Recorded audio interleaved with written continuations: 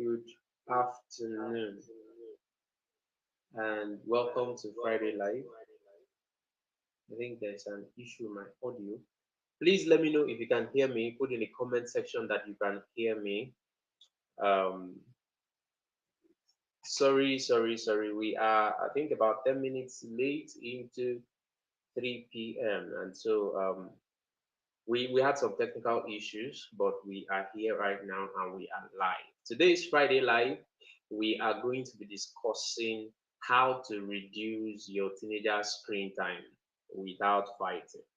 Yes, very, very important. Without fighting, without yelling, without, all of the drama that comes with trying to build discipline in the area of screen time management, cell phones, and all of that. So that's what we're discussing today.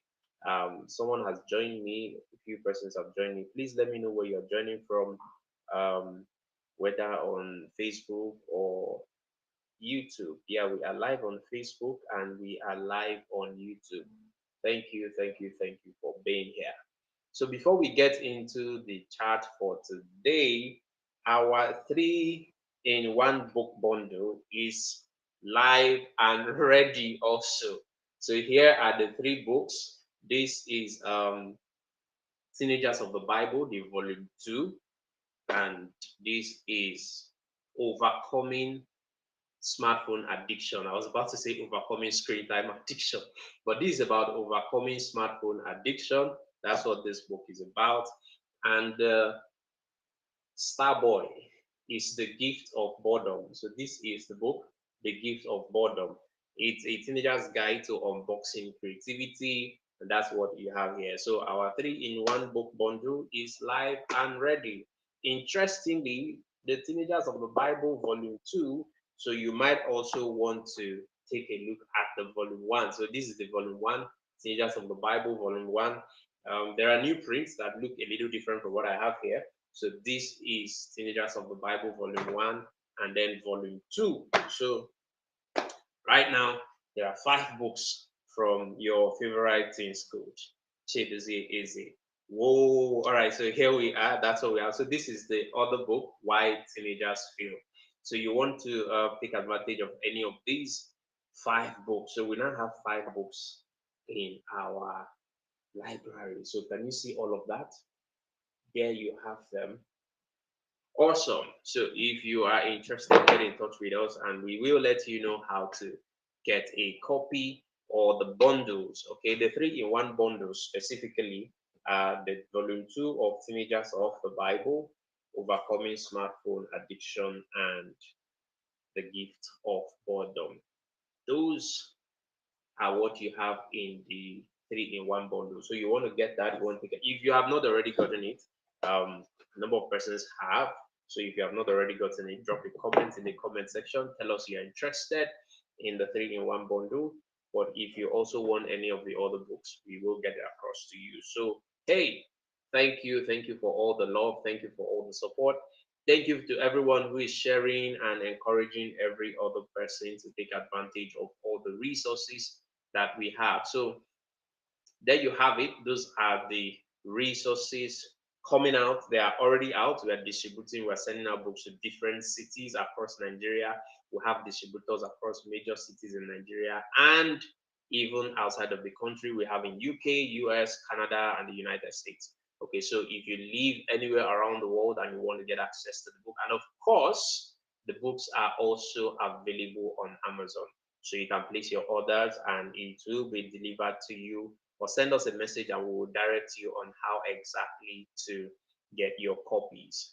But the conversation for today, I want to talk to you about how to limit screen time for your teenagers, for your young people, whether they are preteens or teenagers, how to limit screen time for them without causing fights at home, without all the long faces that young people will wear when you tamper with their screen time, without you having to yell at them, without you having to go through all of the stress associated with this subject. So that's what we are going to be discussing.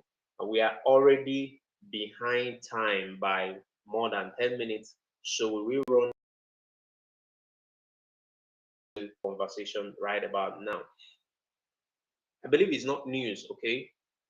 Your teenagers are digital natives. Your young people have their way with gadgets and devices and all of that. So it's not a new thing. It's the time and the age that we live in.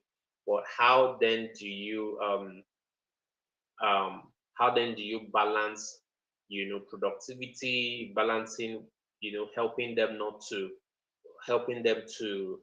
take full advantage of the devices without really getting addicted to those devices, without impacting their productivity on different other areas of their life, without impacting their academics, without impacting their social lives, their spirituality, their intellectual development, and generally their self growth, their personal growth. So that's what this conversation is about.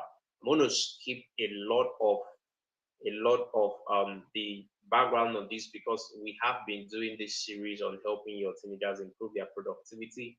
And so I want to get into the issue about screen time and how you can help your teenager manage screen time, reduce screen time. That's the word, reduce screen time without having a fight. Okay, so the first thing I'd like to share with you is why screen time is an issue. Why screen time is an issue. Um, Screens have become a relevant aspect of everybody's life today. Relevant, significant, because using screens and using devices serve particular purposes and they're important. There are specific needs that that your devices are designed to meet. But however, I want to discuss those needs. There are some needs that the screen feels for your teenager. There are some needs that the screen feels for your teenager, and those needs will constantly lead them back to the screen. And if we have an understanding of what those needs are, then we can begin to discuss the topic that I've put out before us, reducing screen time. So you're not going to effectively manage screen time for your children if you do not understand what need that they are trying to fill with the screens. And so we'll go over a number of them. There are quite a number on my list, but I won't be able to touch all of them. I'll try and touch the ones that are most critical, the ones that require your intervention, and the ones that require you to do something about them. Okay, so the first thing is boredom. Let me begin from there. Of course, let me begin from boredom. So your teenagers often turn to screen for entertainment. That's one of the basic reasons why your teenager needs a screen. It's either they're playing a video game or any other thing going on there, but it's basically for entertainment. That emotional fulfillment, that high, that simulation, or maybe even the distraction when they have downtime, when they have unstructured time. So they will turn to their screens to feel the need of boredom. There's social media, there are video streaming applications online, there are video games, and generally an endless supply of content to keep boredom at bay. But here's the challenge. When your child has learned to overly depend on screens to manage their boredom, to manage downtime, then they will have the other side effect that is negative, which is the impact it will have on their creativity. When a young person, well, generally, when we rely too much on screens, what happens is that our creativity is affected, personal growth is impacted negatively. So that instead of exploring creative outlets and reflective exercises, activities, things that will naturally build you up when you feel bored, if you turn to screens, you lose those opportunities and you tend to become passive consumers of content. In the academy, I'm always helping young people to define their relationship with online content. And that definition for me is more about being a contributor on the media space rather than just being a consumer. Having something you produce and bring to the media space rather than just coming to the media and consuming everything that is available on the media.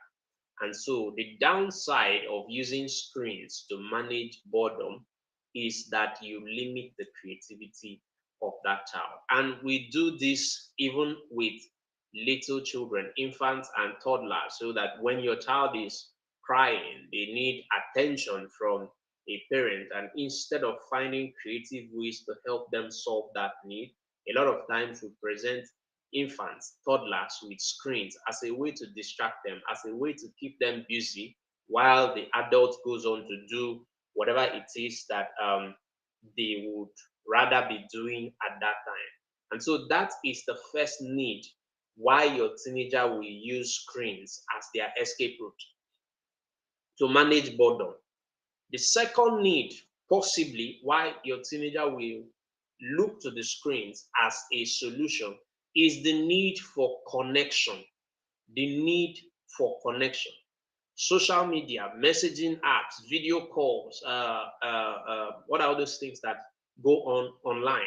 All of those platforms provide instant communication. So there's always somebody to talk to online. As long as you're available to talk, there is always somebody to talk to online. There's always someone to send a DM to who is willing to respond. There's always someone to FaceTime, to call, and all of that. So naturally, the good thing will be that these applications and services bridge physical distances. They make it easy for us to connect and stay in touch and all of that. That's a good thing. We have to keep in touch with friends. We have to stay in communities and stay in touch with what's going on in our different communities. But this is also a problem because the connections can sometimes feel superficial. That's the truth, the connection. So I once said something that it's okay to want to desire to be liked by people. It's a natural human need, but the desire to be liked by 5,000 persons on Facebook is a fallacy. It's something that can never be met. Okay, so a natural need for connection is something that every individual has. A natural need for connection is vital for your teenager. However, the screen cannot be an effective solution to that problem. So you run the risk of creating superficial connections, superficial relationships, which eventually leads to the feelings of loneliness. A lot of young people are lonely, a lot of young people are depressed, a lot of young people have anxiety issues for the mere reason that they are busy building all of these superficial relationships on the internet. And so if you understand this particular need, we can begin to talk about how you will help your teenager feel the need, genuinely feel the need for connection. Okay, so it is a problem. Underline it, and I'll come back to discussing the keys for helping you help your teenager to limit their screen time. Because if we all understand the issues, then we're going to reduce the resistance that comes when you, as an adult, as a parent, you're trying to limit the screen time of your teenager. The other need that your teenager is trying to use their screens to feel is the need to escape from reality.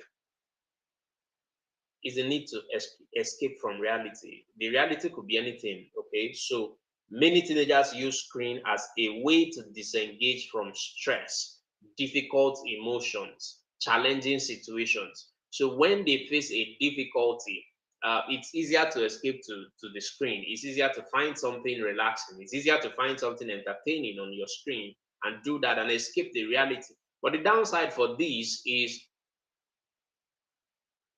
you lose the opportunity to improve your problem solving skills because difficult situations are never going to end as long as we are alive on this green earth. You're not going to escape difficult situations. You're not going to escape having difficult conversations because, yes, that's also something that we like to escape from, difficult conversations.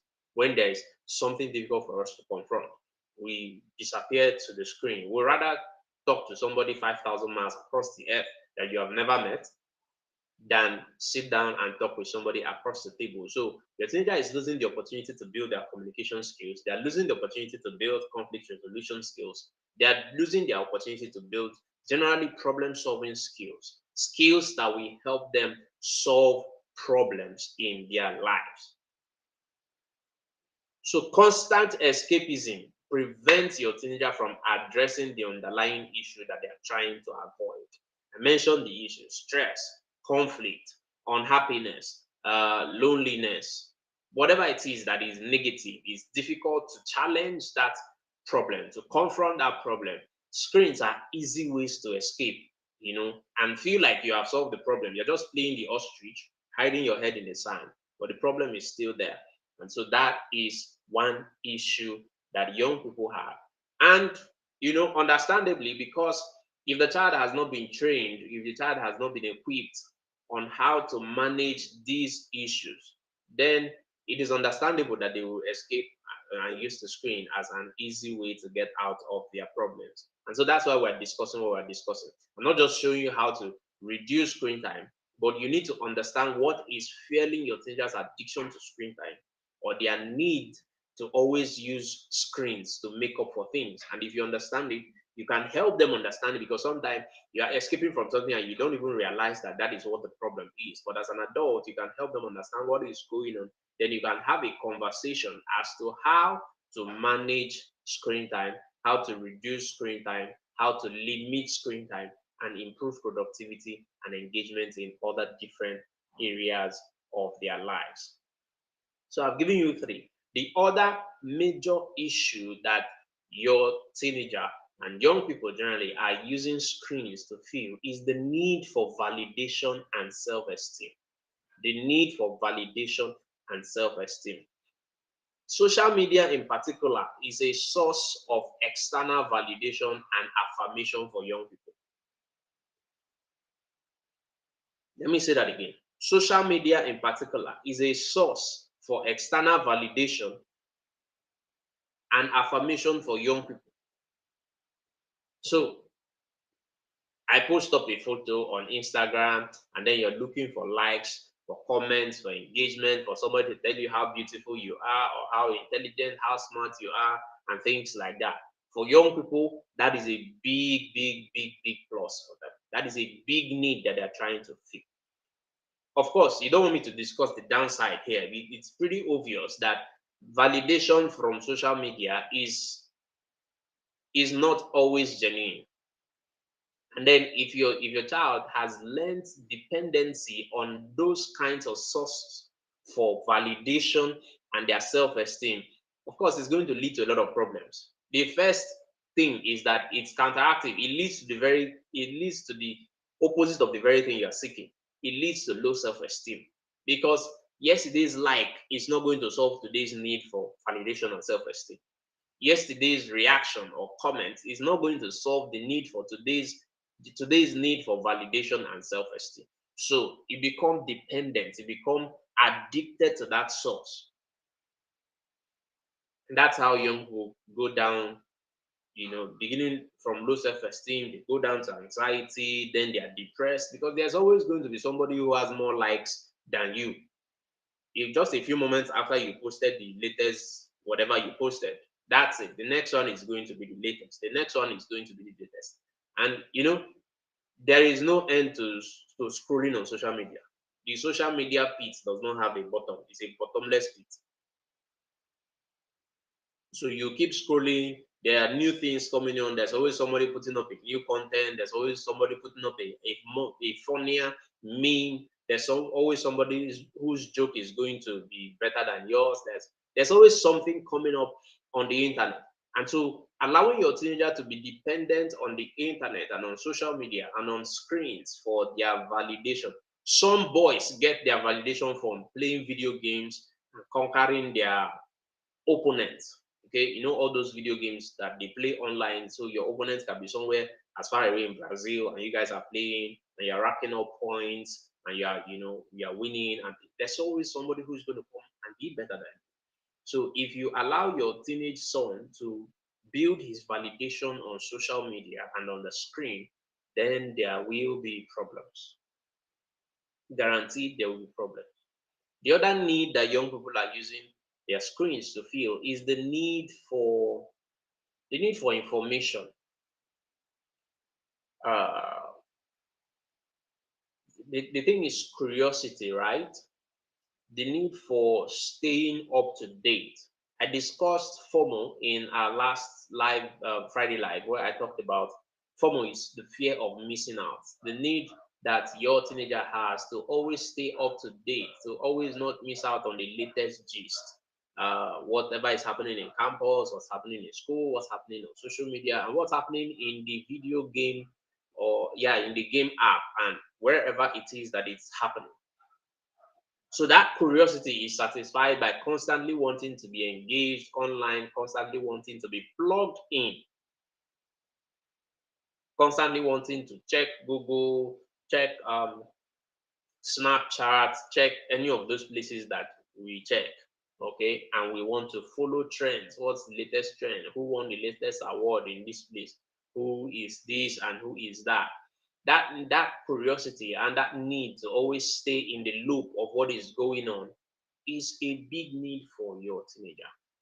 Okay, I've talked about self-esteem. It ties into the issue of social identity, the need for belonging. It's it's a little different from just building affirmation, just building validation. There's the need for belonging to a particular tribe. It's a need that your young person has, and these are needs that screens, gadgets, devices, social media groups, and all of that are helping them feel. There's also the need for self-expression. You need to find somewhere where you vent. So a lot of teenagers use social media to vent when they start writing cryptic messages on their WhatsApp updates or on their Facebook, Instagram, Snapchat posts, you know, or TikTok. You want to be on the latest TikTok challenge. It's that need for self-expression. This is a part of me that I want to put out there and show the world and things like that. These are valid needs that your teenager is trying to use their screen to support. There's also the mental health part of it, but I'm going to skip this whole part of mental health. Probably we'll do a separate live video to discuss it. Let me, spend the next few minutes that we have to discuss how you can work around this. So, for the issue of boredom, it's important to teach young people um, to embrace boredom as a catalyst for creativity. That's what I did, writing this book, The Gift of Boredom. The Gift of Boredom is a teenager's guide to unboxing creativity.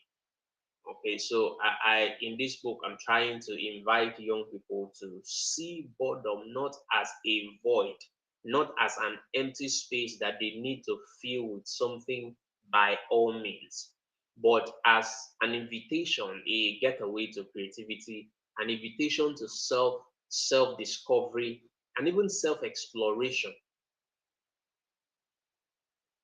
So in this book, I'm looking. There are so many. There are about 10 chapters in. Let me see before I misquote myself. So the book has, yes, I'm correct. The book has about 10 chapters, from understanding boredom, looking at the gift, why it is a gift, and then how to turn boredom into creative energy. So you're not always supposed to be active. When you allow your brain to relax a little bit with from all of the activities and be for some time inactive, quote and unquote, you allow your brain to tap into this creative energy. All right, the brain is more active. In our last live video, I think it was 2 weeks ago or last week, I was talking about the default mode network of the brain. So I discussed a lot of that in this book and helping young people to turn boredom into creative energy.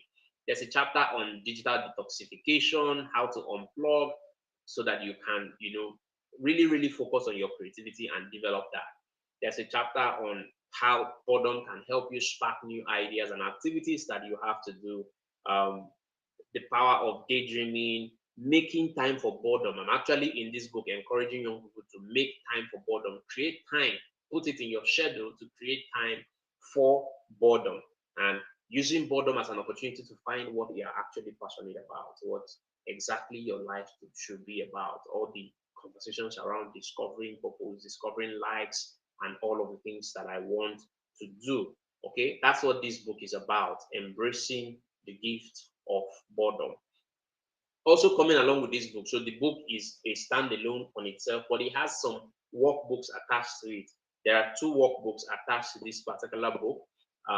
The workbooks are separate documents, but for everybody who pre-order the book, they are getting the workbooks for free. So the workbook is where your teenager can now apply the lessons. There are questions that will help them, exercises and activities that will help them to do. And beginning from Sunday, the 1st of December, we're doing a 30-day productivity, 30-day creativity challenge with teenagers who have gotten this book. And they're going to be practicing everything that we have written here with activities, with assignments, with tasks on a daily basis to help them really, really, really, really maximize their time.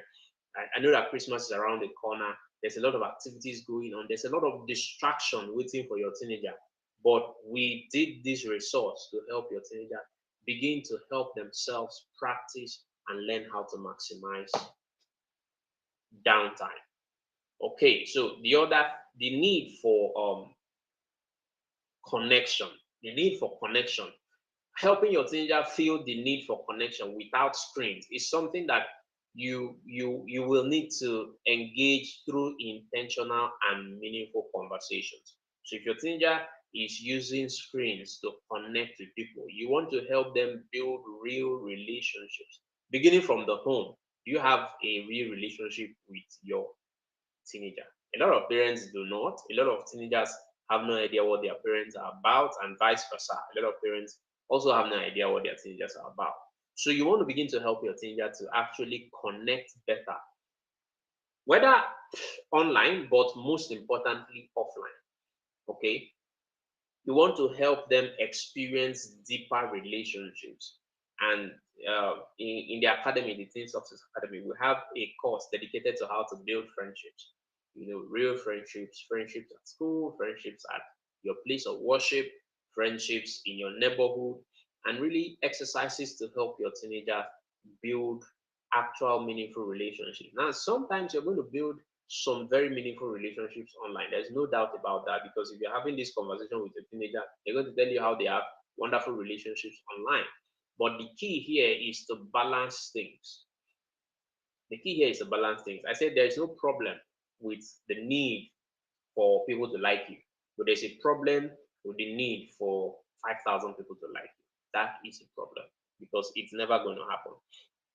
So you're going to you will need to involve teaching digital boundaries. Okay, we have a course also in the academy, something about social media skills.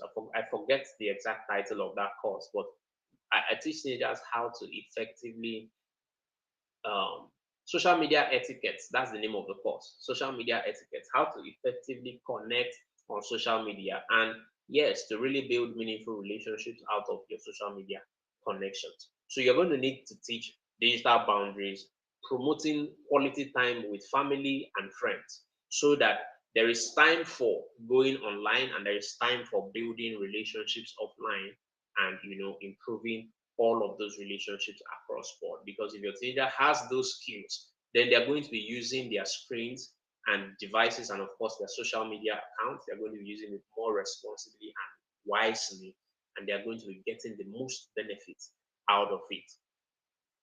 The escapism issue, and that's the number three thing I mentioned. The idea that your teenager uses their screens and their devices and gadgets to escape from reality, escape from solving real issues in their lives. Uh, the conversation around here, one of the major things you can do is to help your teenager, like I said, build problem solving skills. Build problem solving skills. Help them identify coping mechanisms that are healthier. Mechanisms like journaling, physical exercising, working out, meditation. There are so many of them. There are so many of them. I listed them in the other book, the Overcoming Smartphone Addiction. It's part of the discussions here. Other activities that you can do, healthier coping mechanisms to help you overcome the need to constantly stay on your screen, to help you overcome that difficult situation that you might be trying to escape. Okay, so like I said, your teenager might be trying to escape resolving conflict with their siblings, resolving conflicts with their friends, maybe resolving conflicts even with you as a parent. They might be trying to escape any of those things. But helping them identify and practice healthier coping mechanisms is going to go a long way to limiting their screen time addiction. And so, if you do all of these things, staying on the screen will no longer be a need, but only when it is necessary. We go to the screens. Yes, we will always have something to do on the screen, but it will be only when it is necessary, when it is relevant to our work, when it is relevant to our study, when it is relevant to our personal development. For instance, you're on your screen listening to what I'm saying now because this 30-45 minutes is not a waste of your time. Okay, but endlessly scrolling on social media, yes, is a waste of your time. And so you cannot effectively limit your teenager screen time without a fight if you do not understand exactly why they are going online. So I've given you, I think I gave about 7 reasons why your teenager is always going online, going on their device and trying to do something.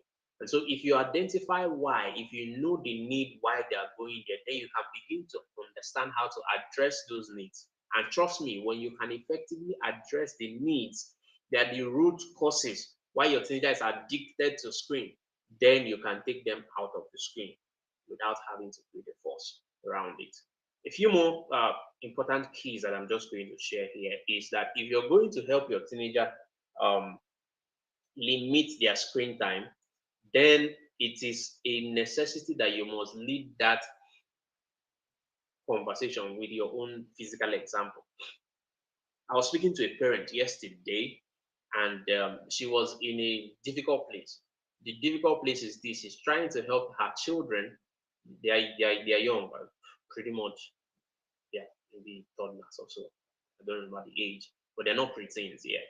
Okay, so she's trying to help them limit screen time. She's trying to help them not go on television, cartoons, and all of that. But then she is running a program, an academic program, to improve herself. And then this course is online.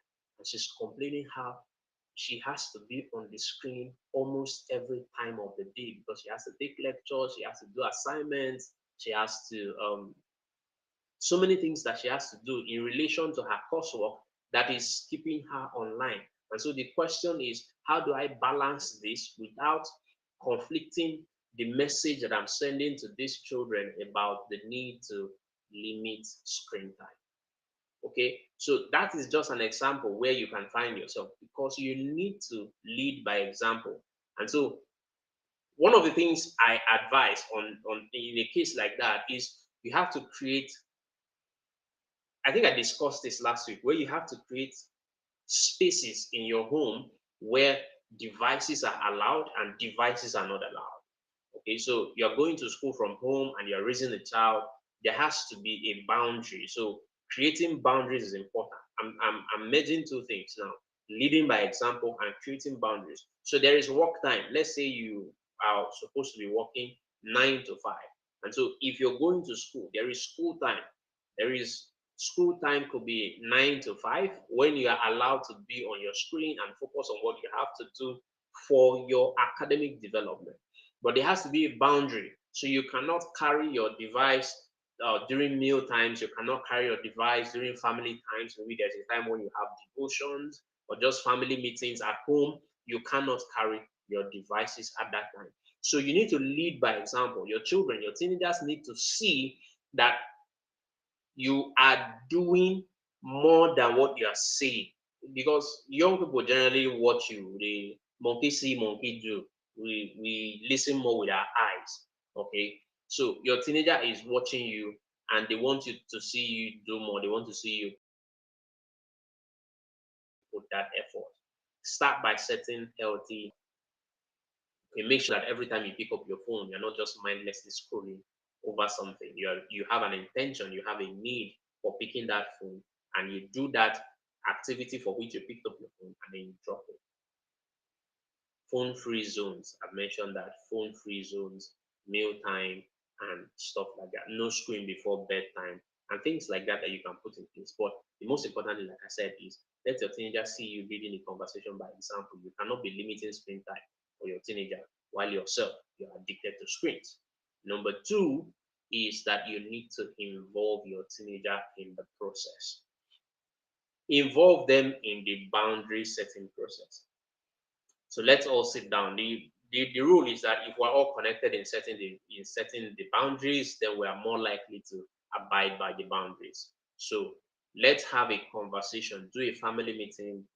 Maybe it's meal time, maybe it's devotion time, planning time, whatever it is that you call it in your home.